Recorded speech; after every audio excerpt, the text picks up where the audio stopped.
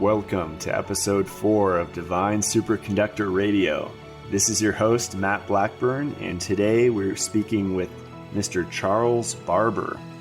Charles is the founder of a company called Crucial 4, after 4 missing food groups. He carries a wide variety of really cool supplements and herbal products that one can use to really increase the amount of nutrition that they have coming in. In this episode, we cover a wide variety of topics, from dairy to the RDA myth. We talk about B vitamins, digestion, stress, animal products. I really appreciate his dedication to sustainability in the context of farming and gardening. Seems to really have it down and know a lot about soil, water, and everything that the plant needs to thrive. So, here is Mr. Charles Barber.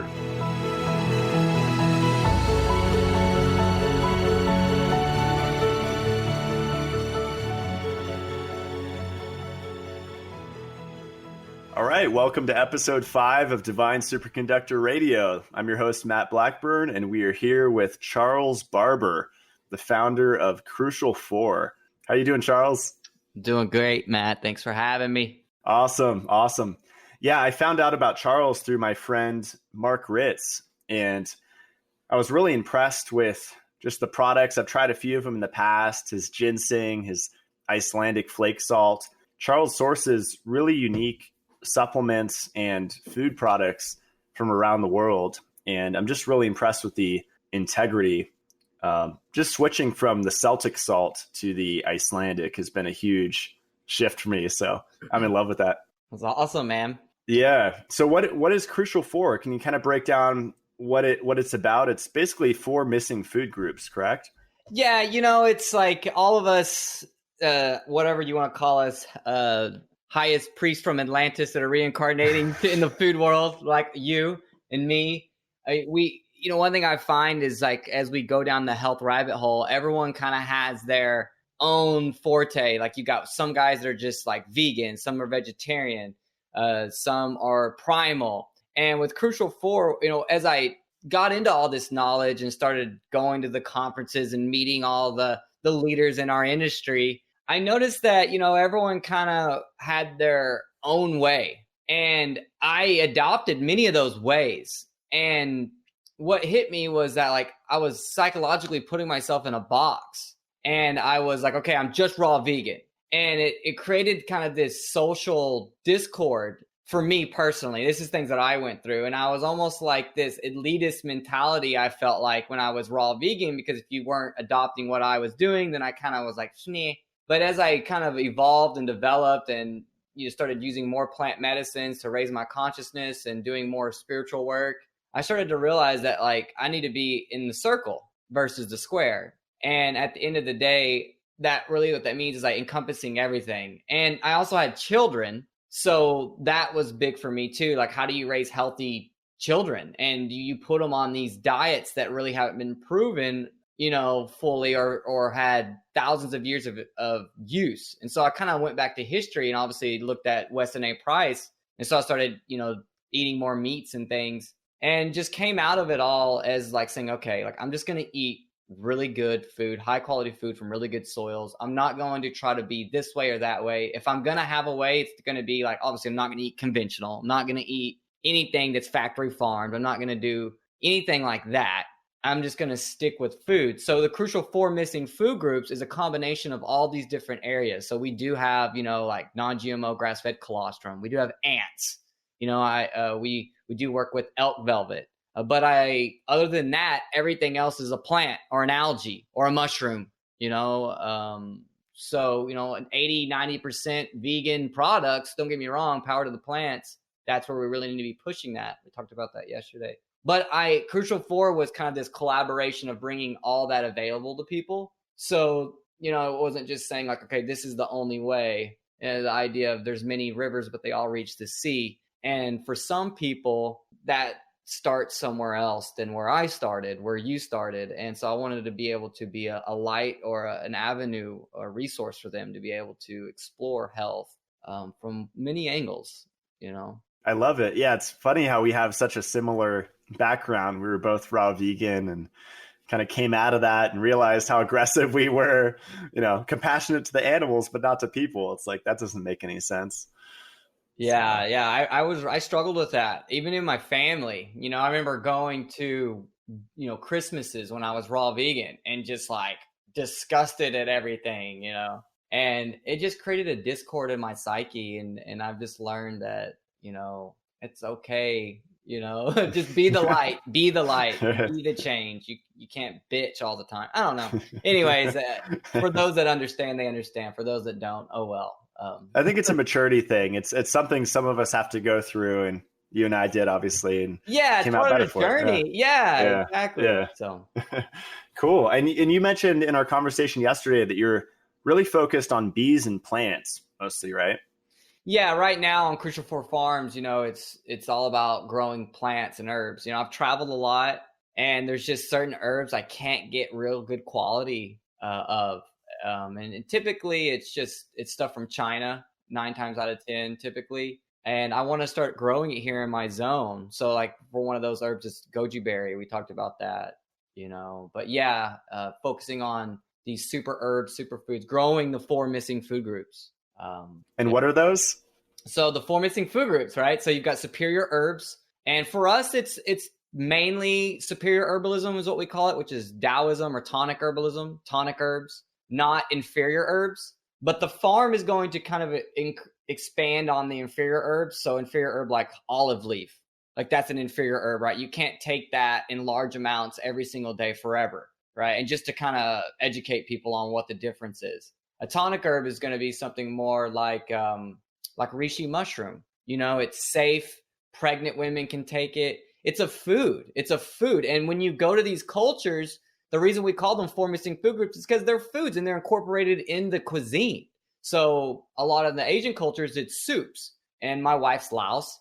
I've never knew there was 1,000 different recipes for broth, like you can incorporate different herbs and rices and vegetables and all types of things, recipes per se. So you have those, mainly superior herbs, a little bit of inferior herbs. Medicinal mushrooms is the second one. We all know that one. Obviously, in the Taoist system, the herbs and mushrooms go together. But, in other classes, it's separated. So we separated it. Medicinal mushrooms. So reishi, chaga, coriolis, agaricon, all these amazing, beautiful medicinal mushrooms that have been given to us by the Creator. Algae and seaweeds is the third food group. So we work with the black gold spirulina that we get from South America that I know I don't think anyone's importing it anymore because it's too expensive. Everyone's getting this stuff from Colorado, or not Colorado, the Colorado River out of California mainly, from what my numbers can tell me. But we have that. We also do chlorella. We get the chlorella from Taiwan, the one Mike Adams, really went out and showed what's the best chlorella. So we went after that one. I'm looking at marine phytoplankton again for some reason. It's got brought up in my radar. We might bring that one on. But then seaweeds. We don't eat enough seaweed. And, there's controversial with that. Like, is it good for you? Is it not? But I've had great results with seaweed, especially with people with thyroid issues. And last but not least, I call biotics. And this was a tough one. Like, what do I call the animal derivatives, extracts, And so the word biotic came up in definition, And so these are things like ants, elk velvet.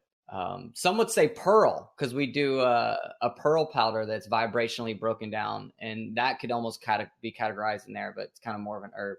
But yeah, that's the 4 missing food groups. That's really cool. And I love how you include the animal in there because it's been my journey that I realized animal products can be just as medicinal or more so than plants, depending on the context. I remember the first time I mixed some colostrum powder into raw milk and I just let it ferment for a couple days. And I took a spoon and just 1 tablespoon, my brain was lit up.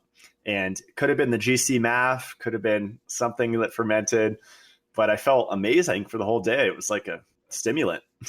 Yeah. And, going raw vegan, both of us, we really were able to strip out all the shitty dairy, all the shitty meat. And there's a lot to be said about our journey in that I think a lot of people need to go that route initially and just get all the garbage out. And then when you start bringing in good animal products, woof, you're like, whoa, like this is legit. And obviously in balance because, for me, I went raw primal after I was raw vegan, and it was like too much meat and too much dairy, which can cause issues. But yeah, that's so cool, man. Yeah. Yeah. I think if some vegetarians incorporate some animal products like colostrum or elk velvet or, I don't know, bee products, even royal jelly. I have a fruitarian friend that just lives on fruit and like bee bread, and he's thriving. That's awesome. Yeah. Yeah. And like when I travel to Ecuador and Peru, I want to say this, I turn back to that kind of fruitarian raw vegan because I'm getting like fresh fruit, the mangoes right there, boom, volcanic soil. Like you eat a mango grown, vine ripened in volcanic soil fresh. It's like a meal, like you just are sustained. And, I'm in Texas. It was 70 degrees 2 days ago. It's 35 degrees outside right now. Like I can't, you know what I mean? Like what's sustainable for me? It's also, I can think about that. And Yeah. and I don't There's know. no papayas there. Yeah. There's not. But if there was, I would eat them. And I'd eat a lot of them, So. Yeah, it's really your environment. There's some people like passionate about the latitude diet, and it's like local seasonal idea, and that makes sense that it's easier to digest when it's something from our local environment because our body's immersed in that energy, I guess, right? It makes sense. Yeah, absolutely. Absolutely. So one question I had for you do you think supplements are necessary for health? Because I've seen that people are either super anti-supplement and you don't need any, or people are you need to take 50 pills a day. I guess I'm somewhere in the middle where it's just like prioritizing and really looking at the context, what trauma the person's been through, what's been their dietary history, what kind of symptoms are they dealing with. And I would imagine you're the same way, just like all the products on your website you don't think everyone needs, but kind of in context, right? They can kind of pick what will help them. Yeah, I mean, you nailed it. Context. We're a wellness center first and foremost. The product line was created from us interacting one-on-one with people for the last 12 years. So if it didn't work, we didn't bring it in. And, it's all dependent on the person. So we sell supplements. I sell a D3 with K2. We offer a MSM, methylsulfonylmethane, that's plant derived. It's not green, which no one knows where that one's coming from, but one person is interested. And yeah, so we have a few magnesium chloride.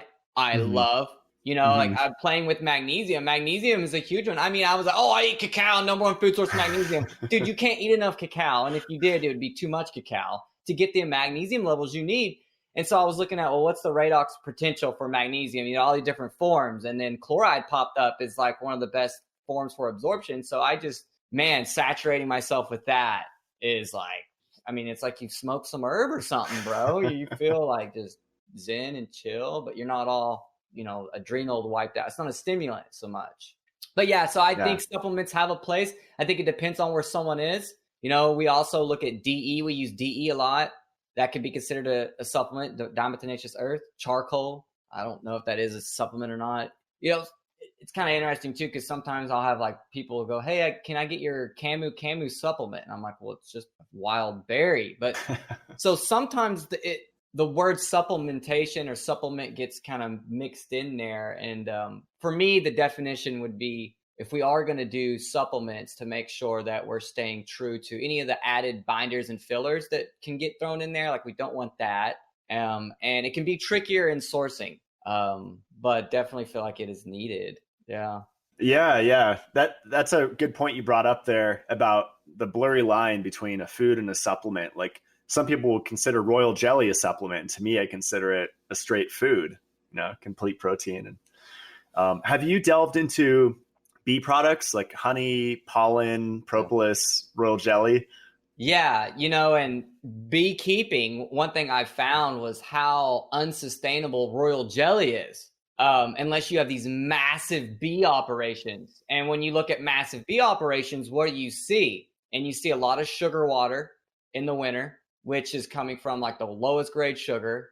It's, pretty shitty water. So the bees are just sucking that up. And you're taking from the queen. I used to take it. There was a guy that did a powdered royal jelly, and I took it for years, but I didn't know anything about beekeeping back then. And then when I started getting into beekeeping and started working with these bee guys, they were like, royal jelly, like, well, you need like 80 hives to like even think about even wanting to go in there and take the jelly from the queen. That's the last thing you want to do. Like, and working with hives and having hives leave my place that we've already trialed and error. Like, why are they leaving? Where are they going? Well, most of these bees come from Europe and they get brought over here. And if they don't get established and can push through the winter, they're gone. So one thing we've been looking at is I work with a guy, his name's the Bee Wrangler, and he's a holistic bee removal. And he's been on my farm page, and he'll be more on the farm page. But he actually doesn't spray chemicals, and he goes and removes local feral bees. And that's what we're bringing into Crucial 4 Farms. We're not going to buy bees from Europe, you know, like everyone else does. We're going to work with what is in my ecosystem. And bro, when I show you this honey, I mean, maybe I can get up here and bring you it since we're on camera here. It's black. It's like, I mean, it's not black, but it's like super dark brown, right? Versus like that light color. And I know some of that's dependent on the pollens and whatnot, but most of the commercial honey that you see is light. And that's because of the sugar water that they're wow. fed. Yeah. And if it crystallizes, that's I heard a it good means thing. Yeah, That's a good thing because then it's still raw. It hasn't been overheated. You want that. You want that to happen. So, but yeah, play with honey. I use honey. I like taking a teaspoon of honey before bed. It's so great for sleep. And that's not talked about, like sugar before bed. Oh my God. No. It's a teaspoon. Calm down, right? And it's like, you know, you don't do a tablespoon, but in some tea with some like valerian or some passion flower and chamomile, like, oh, so divine. I love that you brought that up. Yeah, I've been researching like glycogen stores in the liver and why people have insomnia and wake up in the middle of the night. And a lot of the time they just run out of glycogen and they just panic. And it's the cause of a lot of insomnia is they just, so if they would keep raw milk by their bed or some honey. Milk and honey. It's old right? school for a reason, right? Right. You know, say it's older than biblical. Maybe it's Egyptian, right? That's a good segue too. Are you a fan of dairy? I'm a huge fan of raw dairy, especially the goat products. Yeah, especially. So for me, my uncle did raw dairy. He does pigs and chickens. He did raw dairy. And I was getting A2 raw dairy from cow and fermenting it at the kefir. But for me, it's real easy to abuse. For me, I just go with goat. Goat is way better for me. I do better with it. It's like cow dairy creates mucus inflammation. Goat dairy reduces it. It's like the opposite effect. And so I focus my actual milk drinking. If I'm going to drink any type of milk, it's going to be goat. And if I can ferment it in the kefir, then I'm going to do that. And then underneath that, it's going to be yogurt. Will occasionally I do some A2 Jersey cheese? Yes. But I'm like a sorcerer. So I'm like, I know where things come from. I have that time to spend. Most people don't. So I tell my clients, stay away from it. Go feta, go goat. Because if you're at Whole Foods trying to get, you know, and it says raw milk cheese and it's coming from cows and it's coming from Europe, it could be good, but more than likely it's not. So I stay away from the cow dairy, but I do the goat. I like sheep too. I've played with sheep yogurt. I've even seen some research that like sheep yogurt's got way more nutrition in it. Camel milk, I've had that. But goat, I got a goat farmer right down the road, you know, so. That's awesome. Yeah. I kind of live on it. I would say I'm like dairy based and I feel good, but yeah, mostly goat. I saw an article you wrote on your website called the RDA myth. So recommended daily allowance. From what I know, those are set artificially, like purposefully low, right? Well, like so the requirement is so you don't die. That's like the least amount of nutrition you need so you don't die. And it's based on like a 21-year-old or some shit, right? What 21-year-old cares about health unless you're like us, right? Who did this is our mission and we just tuned into that. But even back then, you know, we weren't even doing raw dairy back then. You know, we weren't looking at that so much. But yeah, it's just a big joke. And it's hard because I'm over here trying to get people to understand the connection between the microbiota and the fourth organ in the GI tract where the chi is stored, the dantian, and understand the energetics of biological transmutation, and understand that, like, look, just because on the back of the label it doesn't say 1,000% vitamin C from absorbic acid doesn't mean that it's no good, right? It's like just because it doesn't have all those numbers and ding, ding, ding, ding, ding. It reminds me of like a casino machine, like flat. You turn it over and you're like, whoa, 1,000% of this. And now you have all these companies saying, oh, we have superfood blends. And then they just spike it with all these fractionalized vitamins and they sprinkle a little superfood in there. And all the marketing's about superfoods, all the, you know, the pictures are these superfoods and how they're good for you. But at the end of the day, you look on the back and you're like, well, this company's, they have 1,000%. I'm like, but they're adding these things to it. So, trying to get people to understand that the RDA is kind of, it is what it is. It's not the best guideline for us to follow. I feel like Inside's the best guideline. So well said. Yeah. And I was thinking of MLMs when you were talking about that. I think they're dime a dozen, right? Yeah, and a lot of the sourcing for the vitamins are a lot of the time petroleum based, right? And it's we're just feeding that industry. Right. It's crazy. Yeah, especially B vitamins, I think. And coal tar derivatives. Dr. Bob Marshall, which RIP, Premier Research Labs, a lot of people don't even know he's passed yet, was connected with him very closely. And he was a big proponent in that. He's the one who really came out and showed me the difference between a fractionalized vitamin, coal tar derivatives, like B vitamins, all this stuff. Blew me away, his research that he did. And he had big money out of Austin to do that too. So, wow. What are your favorite sources of B vitamins? Because I've been having a lot of fun taking extracts of like B1, B3. I know B products have a lot of them, but just curious your general thoughts on B vitamins and your source. I used to make a kefir because kefir is loaded with B vitamins. So there's kind of multiple. In my world, you can't really say there's one because my approach is like this cornucopia diet where I eat a little bit of everything and try to keep this abundance of nutrition flowing. But bee pollen and fermented in kefir, okay? Noni, fermented noni, okay? And sometimes, adding pine pollen in there, ants. These are like my high Bs that I go to, and I'll kind of stack these through and through. Brewer's yeast. I've seen that do amazing things for people. I mean, I put that in my dog's food, and when my children were growing up, my first son, he just didn't attach to TMI, but he didn't attach to the titty very well. So I had to make the West Night Price formula after like 8 months of him getting breastfed. And a big part of that was nutritional yeast that was in there. So that's kind of my approach is like using this cornucopia of B vitamins. But the main one that not a lot of people talk about is liver, like organ meats, like liver is loaded. So, and that's got B12, right? The eggs, people say, they're hard to absorb based on how you cook them. And you don't really want to be eating raw dairy too much unless you've got a lot of antivirals in your body and you've done some parasitic work because there's a lot of viruses in eggs. Part of why I want to do my own eggs is because I know my eggs will have less viruses based on the peppers. Remember we talked about that yesterday a little bit about feeding chickens peppers and what that can do. One of the other things I was reading that it does is it helps create this, kind of antibacterial, antiviral effect inside the chicken to lower that load. It's interesting. Yeah, and you were saying it creates like kind of spots on the yolk, right? Like red spots. Yeah, so it's increasing B vitamins. And there's like little red speckles in there, which tells me, because antioxidants are color pigments. So, if that's a B vitamin, which when you talk about Bs in general too, you start getting into bacteria and that connection, which is very interesting matrix of what's really going on. But the specs, there's an antioxidant there. There's got to be something else increased. I don't think we know, but my hunch is that something's going on. So I'm feeding my chickens peppers, Yeah, that's what's fascinating to me is like the undiscovered nutritional components of foods. And I think there's that in oregano, I've heard. And that's kind of segueing, you were talking about viruses and raw dairy. I'm really, really glad you brought that up because I know people freak out with like raw milk. They see recalls and people getting sick from it. That's very rare, but I like your point. Just be sure to have some type of an antiviral in your system. And I'll take oregano oil or the juice of wild oregano, about once a day. Yeah, we should always be doing that though, right? Mm-hmm. Having some antivirals, antibacterials in our diet.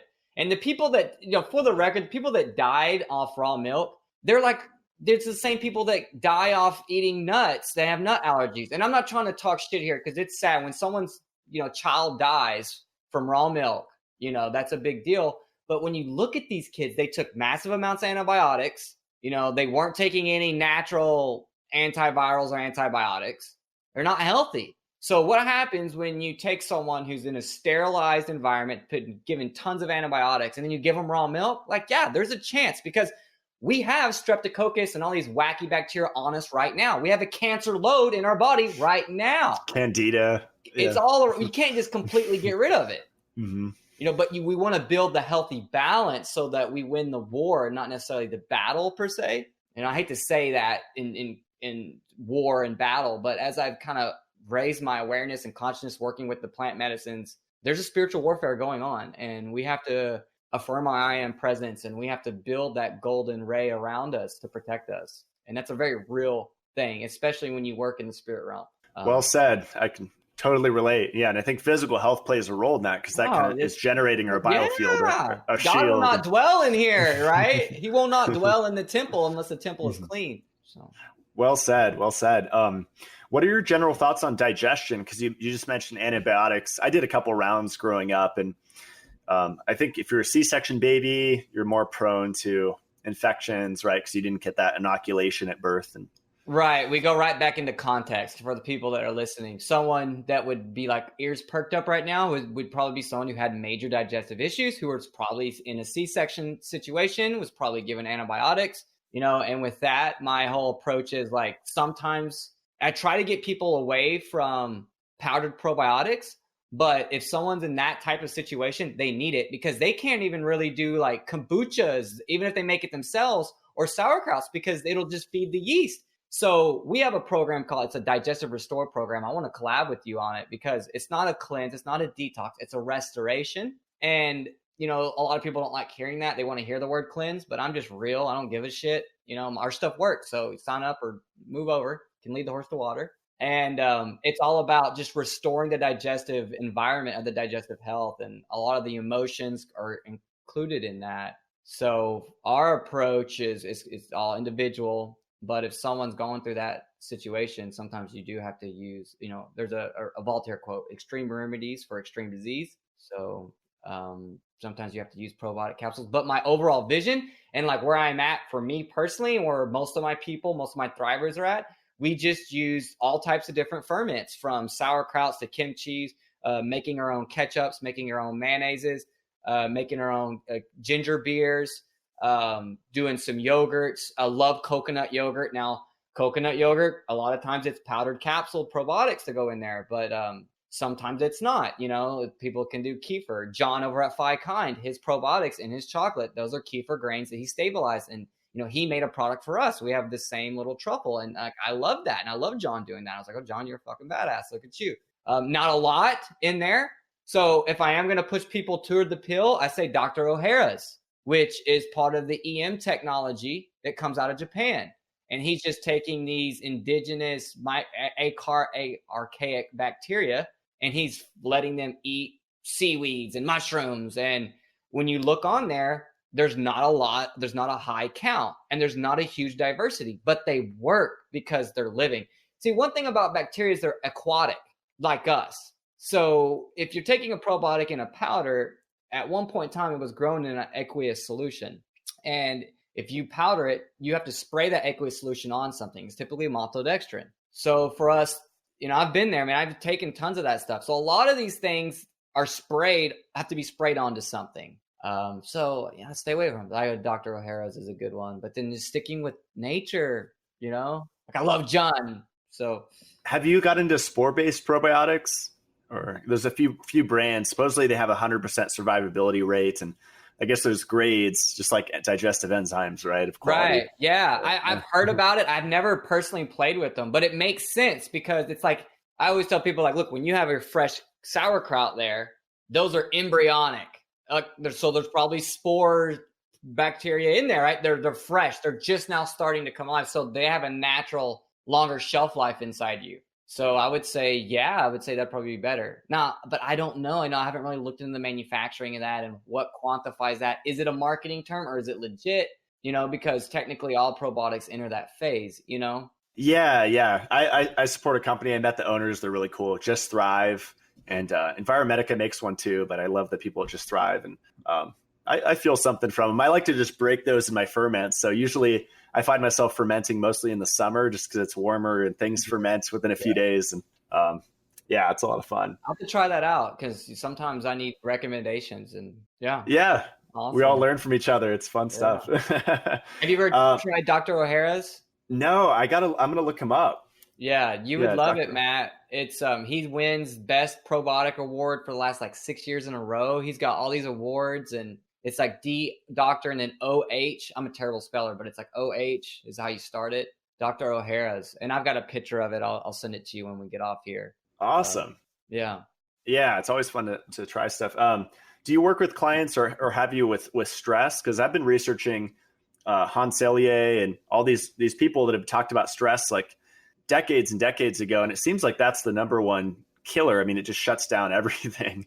Like these books is like the stress books, right? Like right there. So yeah, and it's because it's my journey too. Like I hold stress well. I have high energy. I have a lot I want to do, but I can get stressed out pretty easy as a visionary trying to be a COO, which isn't my calling. I'm a CEO, not a COO. And there's two differentiations there. But yeah, stress is the number one killer. In Chinese medicine, before we look at nutrition, we look at stress. If someone comes to me and they're super stressed out to the point to where they're not even producing cortisol anymore, before we put them on anything, I'm just like, you need to do yoga. You need to like learn how to move your chi. You need to meditate, float tank, sauna. We got to get you chilled out, get the parasympathetic nervous system, switched on.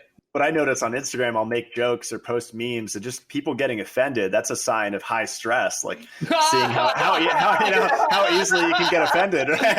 Yeah, if you don't have your holy om on you, then you're going to be like, oh my God. Yeah, it's so easy. Yeah, the Instagram, social media demons. Yeah, that all get. Yeah, that's so true, man. I didn't think of it like that. It's funny. You're funny. Because people just seem like they're probably B deficient. And that kind of segues in my next question. Do we need animal products? Because to me, I think veganism is nearly impossible. I think it's possible, but it's pretty hard. But vegetarian is like much better. Because it's just proven, Yeah. Yeah, I mean, the Essenes were vegetarians. A lot of people, they were vegans. I'm like, no one really knows. Let's be honest. But at the end of the day, the food quality back then was probably different. But we know they didn't eat flesh. So yeah, I mean, I think that vegetarianism is definitely the stronger approach. I've researched amino acids, and it just seems like it's quite difficult to get a strong protein. People say, "Oh, beans and rice," but it's like they're weak. It's not. Depends on where you live, I mean, if you're in a tropical climate, and that's how your parents were raised and your genetic expression is really favoring that. But I've never heard of veganism anywhere other than like from these people that it's almost like it started as a diet and then merged into a lifestyle somehow. And like, so for me, it's like, I think veganism is great for an extended period of time, but you have to cross that bridge and start to a new level of your journey and awareness and so I don't want to discredit it. I just don't think should be a lifestyle, and it sure as hell isn't sustainable for me to be vegan in Texas. Like that guy that did that documentary, it drives me crazy. Cowspiracy, and he like talks about how like the carbon sequestering and the methane gas. Like, does he not realize that all that shit from those cows? And I'm going to talk grass fed here because he said grass fed was worse than conventional in the sustainability aspect because the cows need more room. But all of that dookie turns that grass green the next season. It's a fertilizer. And so that's zero input farming. So most farmers that are growing vegan, they're growing organic, but they're having to buy all these inputs, organic fertilizers from God knows where, tons of heavy metals because it's not regulated in the organic industry, which definitely needs to be talked about a lot. But yeah, man, it's just kind of crazy to make those claims because it's more sustainable actually to eat more plants. It is, but to eat them locally. But we definitely need some animals in our diet here and there. So yeah, Mark and I were talking about you, and he brought up. I guess you guys talked about how the cows, when they eat the grass, they pull it up with the root and all, and I guess that kind of opens the soil up, right? I mean, there's a whole mechanism. Yeah, and the only bad thing about cows is that they're heavy. So obviously you're not going to be growing, garden vegetables on there. But when you're a grass-fed beef farmer, my uncle was one, so I learned a lot about this. You're not just growing grass. You're growing clover, hairy vetch, you're growing peas, you're growing a whole mix, and you throw that out. And then on another note, one of his best fertilizers is raw milk. He sprays raw milk on the field with sea salt. So the minerals are there, the bacteria, the lactobacillus are strong in the raw milk, right? Those are the worker horses in the soil kingdom, if you will, of breaking down stuff, metabolites and whatnot. And then you've got this variety of all these grasses you're growing, thick, lush grasses. And then, the cows are eating those herbs. And I've seen cows eat bark off trees, like just gnawing on it. And my uncle's like, you see that? I'm like, that's weird. And he's like, that's the way it is. Like, that's how it is, I have a company that I developed a product for equine, for horses. And we use some really cool superfoods and herbs in there. And so I've been able to be around animals a lot and see the missing gap and where they need. But anyways. Yeah. That's cool. That's what gets me about the whole vegan argument, and just how aggressive they are, because I've been there and you have as well. But it's like that argument of animal agriculture is tearing down the planet is totally false. Right? There's no basis for that. Yeah, it's completely false. And I think that's why a lot of people go vegan, and that's why it needs to be talked about. Like, I mainly went vegan because I was like, this is unsustainable. But it's like, just because there's GMO corn doesn't mean I'm gonna stop eating plants, right? So there's things that can be done right in a respectable, sustainable way. It doesn't mean we need to eat meat all the time. Like, especially the keto deal. It's like, dude, like, fast and you'll go ketogenic. Like, eat nothing. And then I go to the gym. So this gym, we have a tonic bar, and some of these guys that are all on it, and they're just eating slabs of bacon. And I'm like, dude, and I can smell your stink ass breath from a mile away. Like, you're acidic, acidosis, and that's not good. I mean, it's good for our stomach to be acidic, and our stomach lining and our digestive tract, which there's a lot to be said about that. But I do it more through like vinegars and lemon and that mode. It's so funny you say that. I was just talking about that, how we need protein, and Josh Rubin talks about this. We need amino acids to make hydrochloric acid. And so I think that's one of the biggest issues with a plant-based or a vegan diet, is that you can be deficient in HCl, and then that just opens the door for infections. Big time. That's so huge. And even people that eat meat, their hydrochloric acid's off because their acidity's off, their alkalinity's off, right? And Bob Marshall was huge on that too. He talked a lot about taking HCl and betaine before every single meal. And he was mainly a raw food guy, but still ate animals, and he's still doing that. So there's a lot to be said about our lack of HCl production. Yeah, it's fascinating. So I don't know if this is a loaded question, but what is the best way to garden? Because I know there's all these different methods. There's biodynamic. There's you're developing your own, right? Yeah, I developed my own.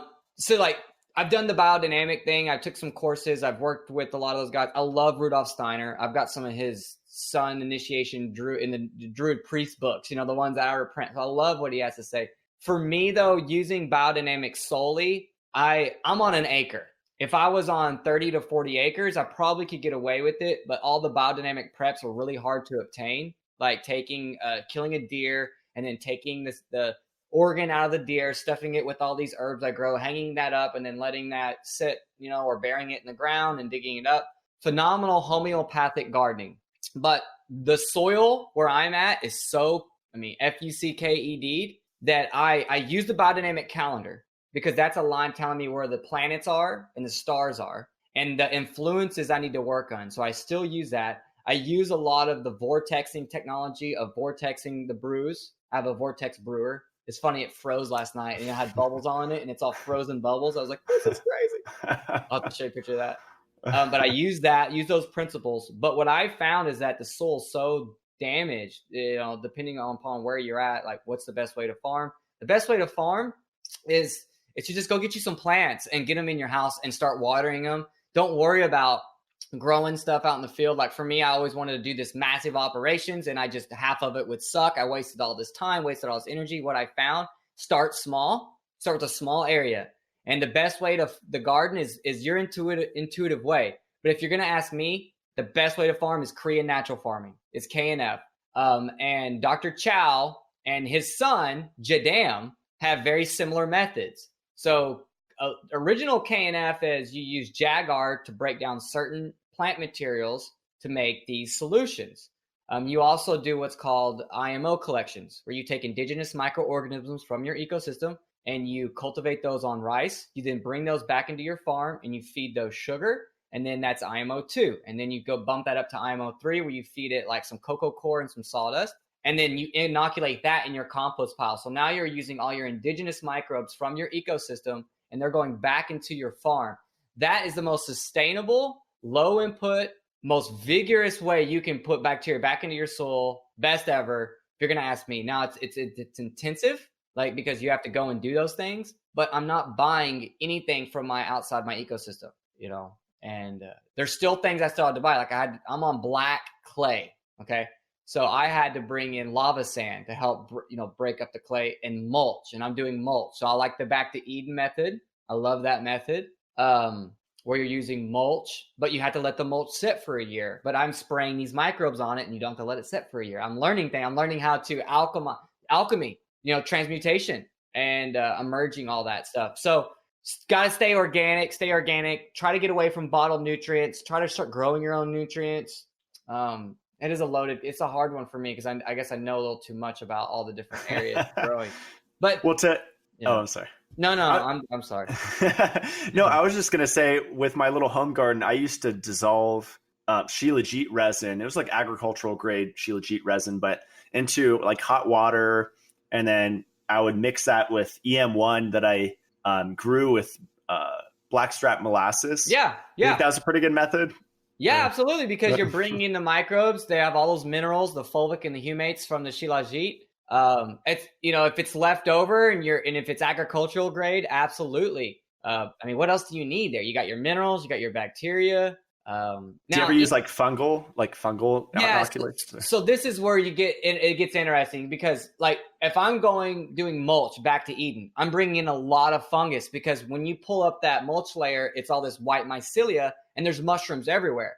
So that's a high fungal count. But what it does, Matt, is it brings the fungus, the mycelium, up from that dark black clay, okay? And they start breaking up all that clay, right? And then they pop. So it starts creating this So I focus more on my inputting with bacteria. So that's where I'm going to do my IMO. Now, EM, effective microorganisms, those are lab grown, okay? They're archaic, and they work, and I use them. I make my own EM. I drink it. I actually use it a lot for cleaning. We don't use any cleaners in the house. We use EM cleaners with vinegars.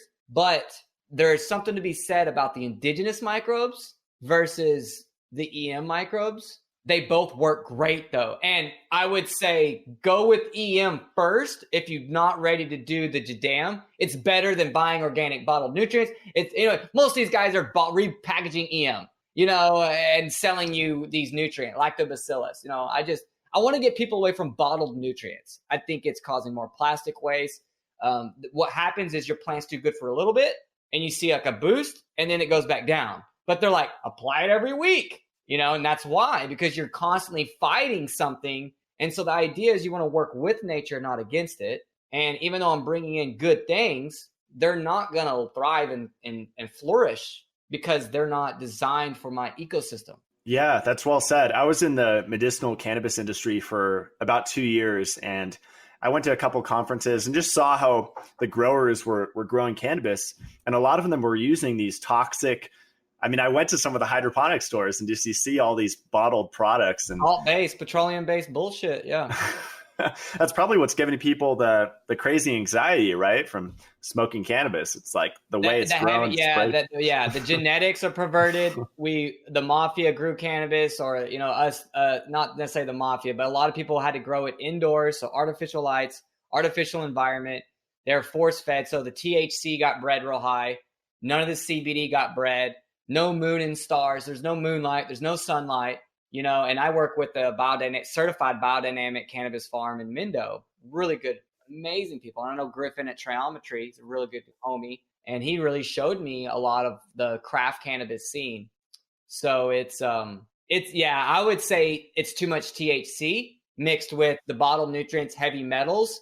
If people are dabbing or doing the oil rigs and stuff like that, like, dude, why do we need that much THC in our body? And my friends that can constantly dab, and they're doing Matt Rye's style, right? They're fresh, frozen, pressing rosin, and he does better. He's been so much better in what he does because he's all about CBD and whatnot. And this is not a direct hit on him at all, because he's a fucking badass for what he's done. But he's the one that kind of coined rosin, though, and got that, which is better than BHO. No, can't do BHO. CO2, no terpenes, no unique profile, too much THC. I think that's the issue. Bottled nutrients, yes, that's an issue. There's so many wrong things happening in the cannabis industry. It's hard to say what exactly is the one thing that's causing people to have anxiety. But when you smoke too much cannabis, it wipes out your magnesium, your B vitamins. It's a fucking stimulant, guys. Like, if you feel like you need to smoke cannabis all the time, something's going on. Something's going on. And well look, said. I'm cool to consume, but like some of our shirts say balance. Like, look, I drink ayahuasca. I do medicinal or psychedelic mushrooms. I do peyote. I do San Pedro. That I've seen can be used too much. And the Taoist, what they'll do is just put you in a fucking dark room for 3 days and you start releasing natural DMT. Wim Hof does his breath and he's like, you're releasing natural DMT. So they're saying, the Taoists are saying, don't take it. But I don't know, because it's like, well, I'm taking DMT. I'm not exacerbating my natural production like in a dark room. So I don't think there's some, Madre Aya has healed me and healed thousands and millions of people. And she's that Mother Earth, that Pachamama spirit. And we give reverence for her because she needs to be spread. And that's why she's in Israel. She's all over the world now. I really like Rick Doblin at MAPS, the Multidisciplinary Association for Psychedelic Studies. They have some amazing research published on MDMA and what's that shrub from Africa? Iboga, yeah, that for helping people with opiate addiction. I definitely think there's a place for it, and it's just ridiculous that a lot of these things are illegal. It's just well, that's changing. Yeah, it's changing. So I was curious, what are your thoughts on CBD extracts? Because I know those are all the rage right now, CBD tinctures, and it doesn't feel right to me. I mean, it's just a huge amount of cannabidiol, right, with no THC to balance it. Right, and so this is why we just brought on a full spectrum CBD. And what I found was that the isolate is like, just the cannabidiol and no bueno. And that there's this whole family of CBD that exists, CBN, CBDR, CBG, whole family, this cornucopia. But there's also terpenes that are not talked a lot, and how they influence the metabolism of cannabidiol and CBD. And the terpenes are the smells, for those of us that don't know, the essential oils. And that's why, cannabis is so genetically diverse in that. So a lot of these isolated compounds, they don't have any of that. So it's just CBD. And there's like a 20% bell curve on it. So the research shows that it doesn't really work that well. About 20% of people get it. And they also showed that more is not better. That up to I think 50 milligrams a day is like the max you would ever want to do. But if you were at that high level, you really need to have more THC in there. You're right, Matt. I mean, the idea is that we've bred all these high THC plants, and now we have high CBD plants, but we don't have the one-to-ones. And that's kind of like the farmers I work with. That's what they're doing. Our CBD, actually, it's ACDC. That's the strain. It has the illegal amount of THC in it. So we have to distill it out because the THC will actually burn off at a lower temp than the cannabidiol. So, for us to legally be able to sell it where I'm at, I have to pull all the THC out, or at least to 0.03% for now. And so that's my take. I think CBD is phenomenal. I think cannabis is a healing plant. I'm really more excited about the industrial aspects. I'm actually building a hempcrete barn in the backyard. We got hempcrete coming. Wow. So that's kind of where I feel like the conspiracy for cannabis is more on hemp, because the implications of the industrial revolution that has had on us can all get turned over with the sequestering of buildings made out of hempcrete. Yeah, I used to work at a juvenile detention facility. I was a teacher there, and they didn't allow any metal in. I had to bring, unfortunately, like a Nalgene plastic bottle. And I remember every time I would drink my water, I would smell the plastic. And this was at a time where I was strict glass only. Yeah. And I was like, where's the hemp plastic at? Like, why has it's like a suppression, right? I mean, the water bottles made of hemp to me is like one of the biggest things. Yeah, so biodegradable too, right? So it just goes back to Mother Earth, and she's like, "Thank you, Om Namah Shiva," and everything's good, And, but I think CBD is great. I think the isolate sucks. I think most CBD on the market sucks. I think a lot of the stuff they're stacking with it, glycerin, the shitty glycerin sucks. There's a bell curve with it. If you've got cancer, you got a major issue, you need a little THC. But yeah, that's my take. Awesome info. I just want to talk about sustainability for a minute in terms of off the grid living, if you have experience with rainwater collection or solar. I'm really passionate about those two things and learning about so collecting rainwater right now, it's a must. It's not illegal where I live. All the organic farms around me, it's crazy. They're all pulling tap liquid. And, when I bought this home that we're on now, it has a gray water septic system. And I wanted that because all of my wastewater goes into a tank. And then all of that goes out into my field. So we've got reverse osmosis running all the water to tap liquid through that first. Well, it's whole house filtration. So all of my sinks are somewhat already cleaned. Okay. And so collecting all that, reusing not only the water I'm pulling from the city, but then collecting my rainwater. So collecting rainwater off the roof, I'm going to collect rainwater off the barn, and I'm just going to feed that into that system. So the way it's going to work for me is I actually was digging bioswales the other day and I actually broke the pipe. And I knew it was going to happen because I was in the area and I didn't know where the pipe was. And I didn't want to call and have the surveyor come out. So I needed to get it done. So I busted the pipe, but it's just filling up the swell right now. But see, I'm going to connect that rain line to that pipe and then reconnect it. So I'll just have a valve system. So I'll literally be able to open up my rainwater collection valve and send that out. Obviously, it's going to run on a pump. It's got to pump it. And that's going to go out to all my fields. So I'm not going to have hardly any city water on my plants that at least isn't being filtered dramatically, because my septic tanks all hold EM. We pour EM in there and it's phenomenal for septic. So I'm going to just bacteria out that, it's some inputs. I'm buying the EM obviously, but shit, it literally eats my shit, pun intended, and grows. Yeah, I lived in an RV for a bit, and they sold the septic cleaners and all that. I didn't know EM works. That's pretty cool. Yeah, EM works phenomenal for anaerobic fermentation. So yeah, very cool. Do you use solar there, or any kind of like wind turbines or anything? Yeah, where I'm at, we don't have solar yet, but we're gonna do both. So I'm in an area where I can do wind and solar. Cool. So we're gonna do both. For me, my dad, he's so old school, but he has a point, and I'm gonna say it, Dad. My stepdad, actually. What do we do with all the batteries when they go bad with the solar? And I wish I had a better answer for that.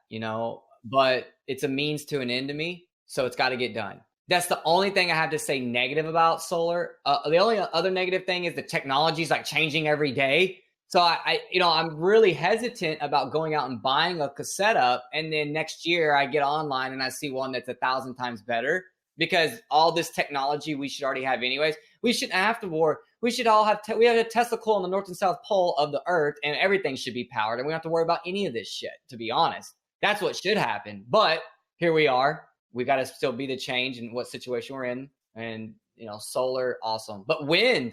We can do wind here. So I'm going to do a little bit of both. I think it's phenomenal. I think you got to do it, That's a great point about the batteries. I remember after the cabal invaded Afghanistan, it was like a year or two later, I saw an article online. Oh, we discovered billions of dollars of lithium, in Afghanistan. Wow. Very convenient right after they invaded. There all along. Yeah. Right. That's part of the plan. Yeah. So I have some questions from my friends here to ask you, and we could just we could just run through them real quick.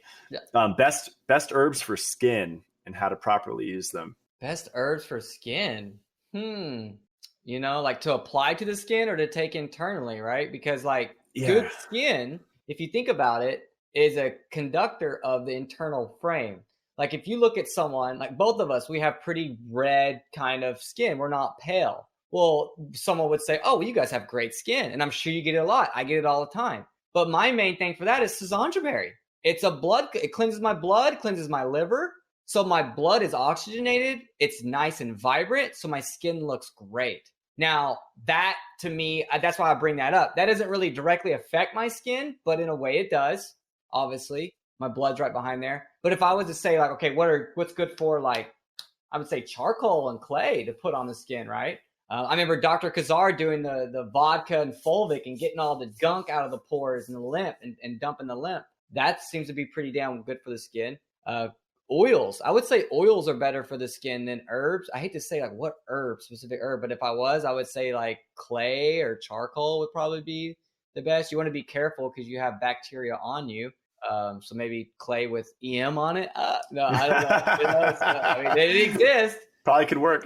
Yeah, but Yeah. mainly herbs for the skin are used as poultice, like inferior. So if you're trying to pull out something, if you're trying to remedy a scar, but for like general well-being and health, I would say the clays, like a clay mud bath, right? I love your point about getting the oxygen, because I think that's often overlooked. And I've been studying lipofuscin from polyunsaturated fats, and especially omega-3s, and calcification and lipofuscin both inhibit oxygen getting to the tissues. Right. So just helping the liver out, you're helping your skin. So I think Schizandra was an awesome recommendation. Yeah. Schizandra's a good one for sure. Ask him why that salt is so much freaking more delicious than even Celtic sea salt.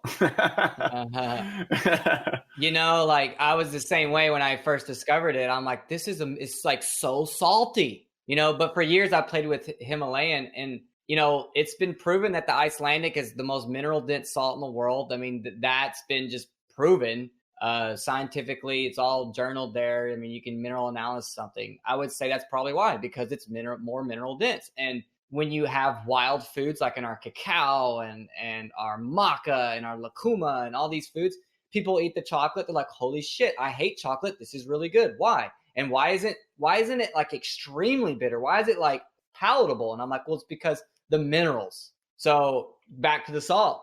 It's because the density is higher in the minerals, and it's pure, it's cleaner. You know, I had some guy, I don't know if I want to get into this here, but trying to say that canned Norton salt is the best, cleanest salt, and his kind of argument was the plastics and all these things that are in the environment, and I totally understand that, but from the testing I've gotten from all the stuff we get from Iceland, there's no plastics in the salt, so I don't know. I think everything's contaminated. It's just like, yeah. I like your balance point. It's like, just have a cornucopia and just, I switch salts. I do all the salts. Yeah. And when I go to Hawaii, they've got like red salts, black salts, they got all different salts. I'll try those. But the Icelandic is just something that it's just delicious. It's good and it works. You know, sometimes I put a little bit in my water. I don't like to have too many minerals in my water. I don't like eating rocks per se, but do you do just distilled water? Because that's what I drink. I drink primarily distilled. Yeah. So what I've been doing is taking spring water. I just can't get to put myself into putting tap liquid in anything. And I was getting spring water out here, but yeah, man, it's got heavy metals in it and it's got contaminants in it. So I distill that, and it's crazy because when I distilled the tap water, it came out, it still was like needed to be ran through a carbon filter. It had a funky ass weird taste still. But when I distilled the spring water, I didn't need another filter to go run through it. And I knew that the VOCs were pulling off, and I knew what I was worried about wasn't there. And the spring water we get is already like at a 34 TDS. So it's already super low. And it comes out of Canton. But there's probably fracking somewhere around there. I mean, I don't know. I haven't heard it or I haven't seen it. But I distill that water and then I charge that water back either with one of these Pryolite pads that I've been using, but you can use the Vortexer stuff. There's tons of ways to charge water. And I just think that needs to be done once you distill it. Once you know, but distillation is where it's at. That's God's way of just cleaning water. And so the reverse osmosis is great, but it doesn't pull everything out. It's not sustainable, lots of plastic. And I just get worried about that not because I'm worried about plastic specifically in the RO, but mainly because I'm just worried about plastics in general and that they're fucking everywhere like heavy metals. So I want to reduce my exposure as much as possible. And so I do a 316 stainless steel distiller. And, you know, it's $3,000, but I need to put them on the site. You could put them on your site. Durasteel, they're the guys. They have an affiliate program. They're badass. So for all your people that want to get behind, I've done some research. There's no plastic. There's the float is fucking steel. Cool. Yeah. And that's like the one I have, the Aqua Nui I have on my website. And I have a gallon one, and then I just got an automatic distiller, which I'm excited because it's a lot of work to keep pouring it in. It is.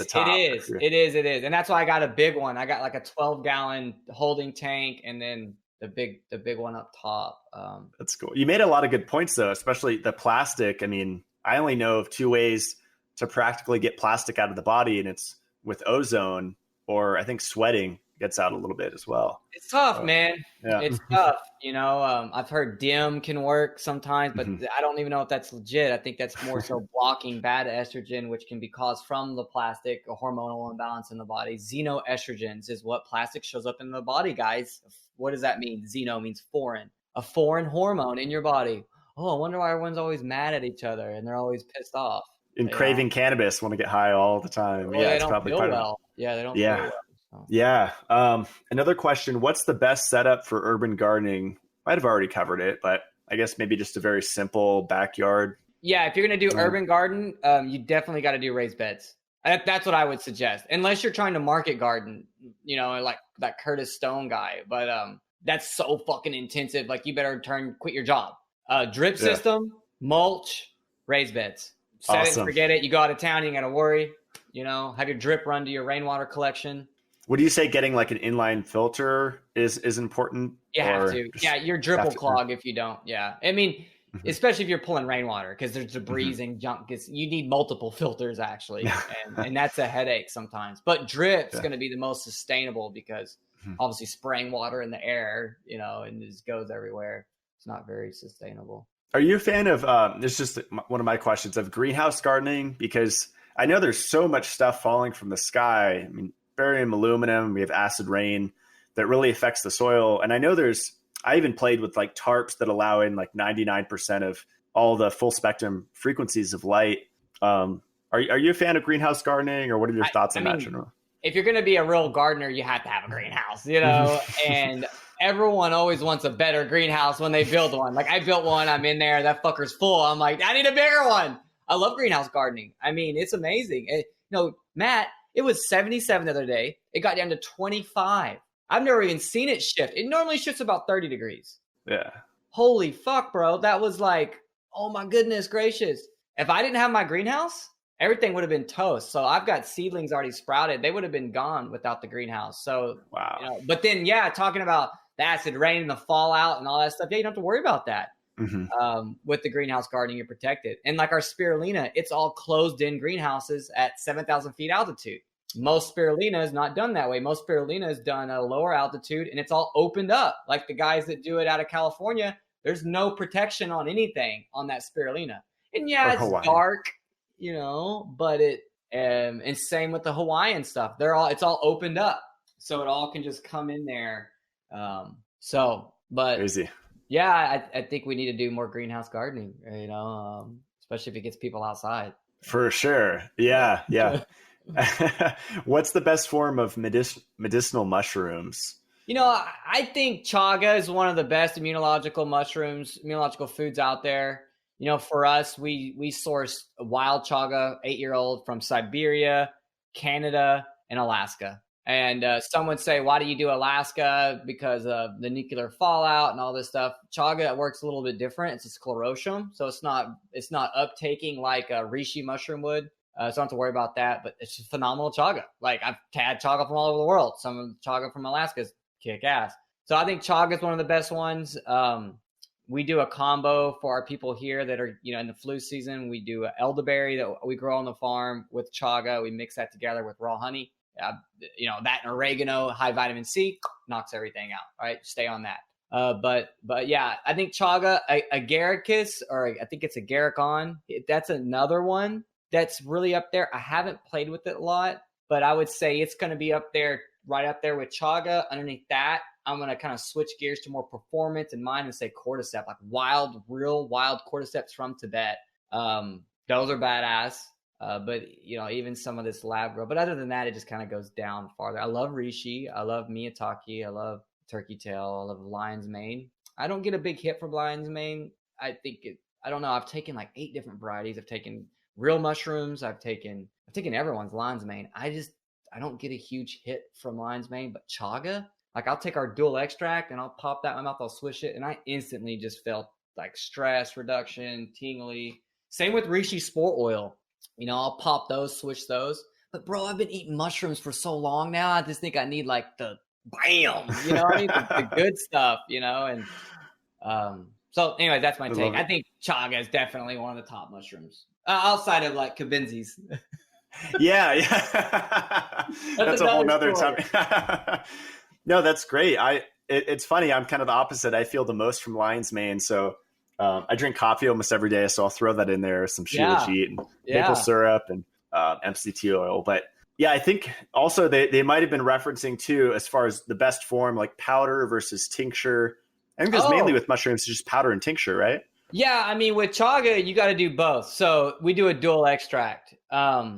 And like the way we'll do it is we'll soak it in alcohol, okay, and then we'll pull the mark out, which is the actual chaga, and then we brew that into a tea. So instead of cutting it with water, I'm cutting it with the tea syrup.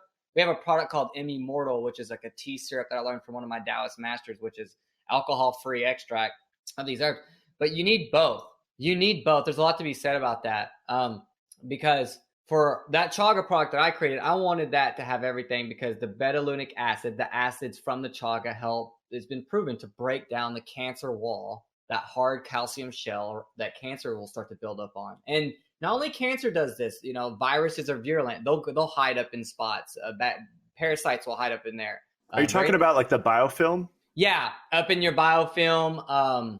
Yeah, absolutely. And so what's going to break that wall? And humates can sometimes do it, but the acid from the chaga mushroom has been proven to do it, but you can only get that in alcohol form. But then there's, because when you read about mushrooms, you get all the benefits, but they don't tell you, well, these are hydrophilic and these are hydrophobic. So these compounds will come out in water, but these won't. These will come out in alcohol.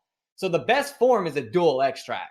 And I think that's the best. The powders, and we use the powders in breakfast, and they're not real mushroom powders. And I don't agree with what that guy says so much about how the beta glucan count, and it's very specific beta glucans that show up in rice that don't show up in mushrooms. So as long as you've got that testing there to show that.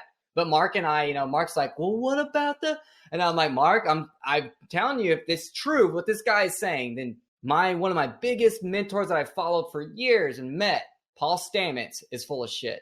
And he's not. Like, he's gotten thousands and thousands of people healed from his mushroom extracts that are grown on rice bran and oats. And I've bought some of those kits and grown them. So is it the best? Maybe not. But it's way cleaner than the shit from China. And there's levels, right? Yeah. There's levels of it, bro. I mean, obviously wild mushrooms are the best. I saw this thing where Fit for Sigmatic had the mama, what's her name? They had her out to Finland, and they're like, yeah, we're going to go check out our mushrooms out in Finland. And I'm like, well, none of the mushrooms from that company come from Finland. So I don't know what's going on out there. It all comes from China. Yeah. Instantized stuff. So, but you have to steam extract the mushrooms too, but dual extraction is the best way to go.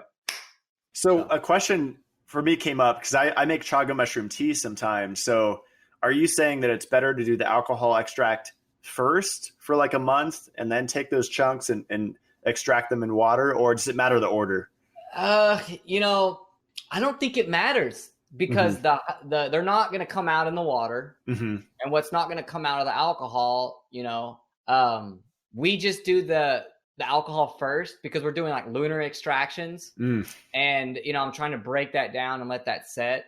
And then once we're ready to pour, we just make the tea right there. We put it in a pressure cooker and just brew it. And so, and I can simmer that down, for production, manufacturing reasons, we do it that way. But I don't know. I don't even know if there's research on what to do first. I've even heard of when you make a tea to freeze it and it breaks the cell wall even more and then brew it again in the water. Interesting. Yeah. Wow.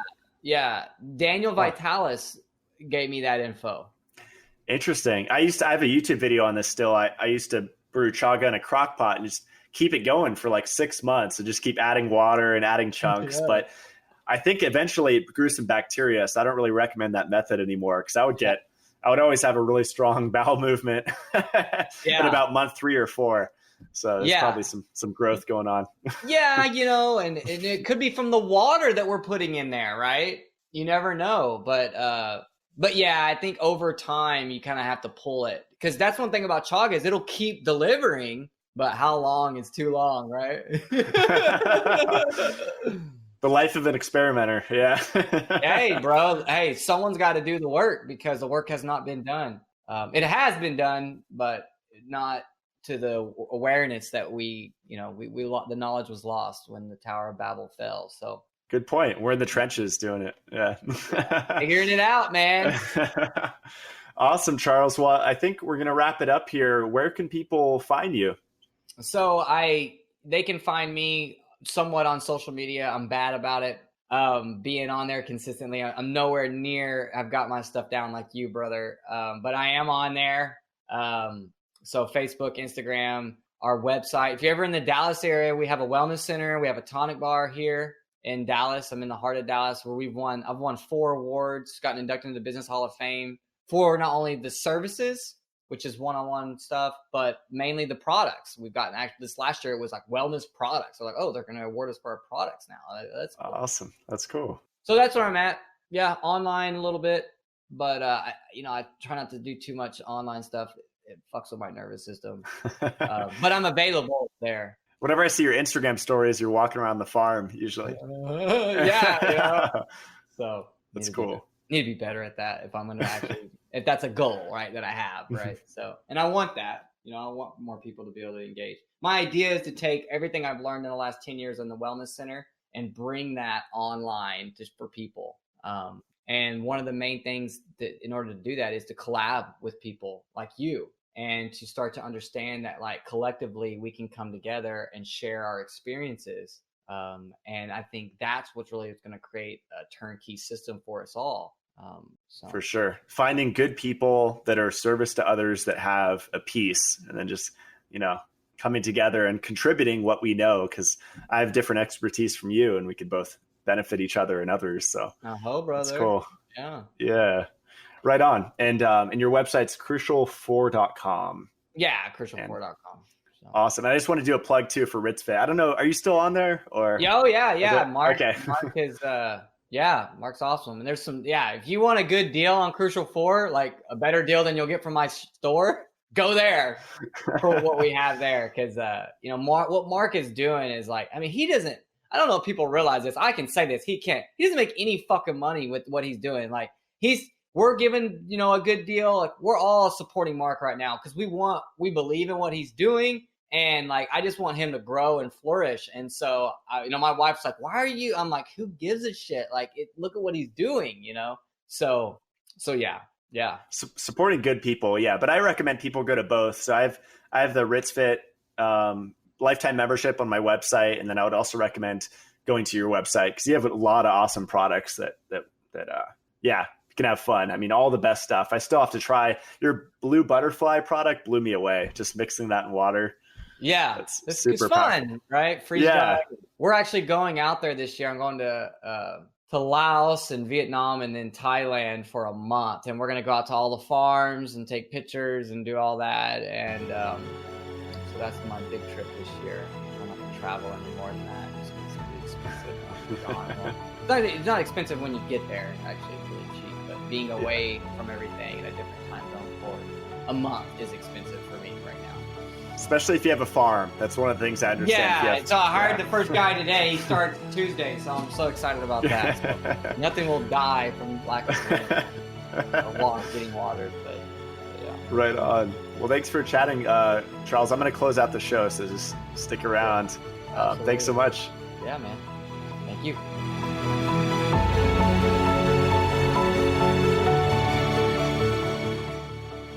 That concludes episode 4 of Divine Superconductor Radio. Thank you so much for tuning in.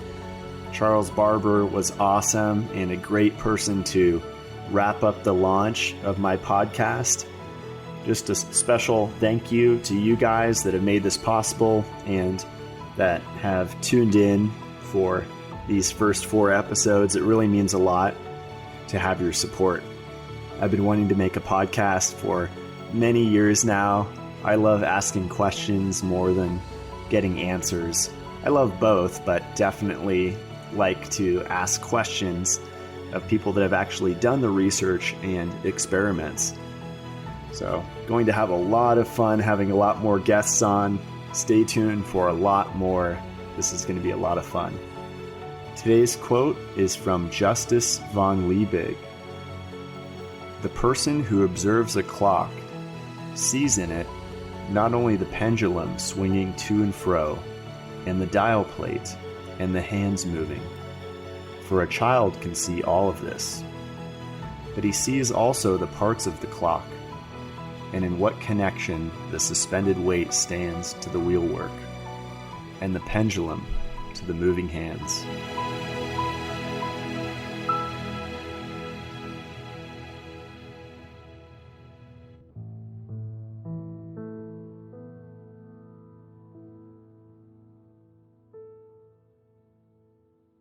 If you receive value from this show, I would really appreciate if you head over to matt-blackburn.com, and I have all my recommended products there. It's taken me years to build relationships and find the most affordable and effective tools to support your health. So please check that out, and any purchase you make on there supports my continuing work and research.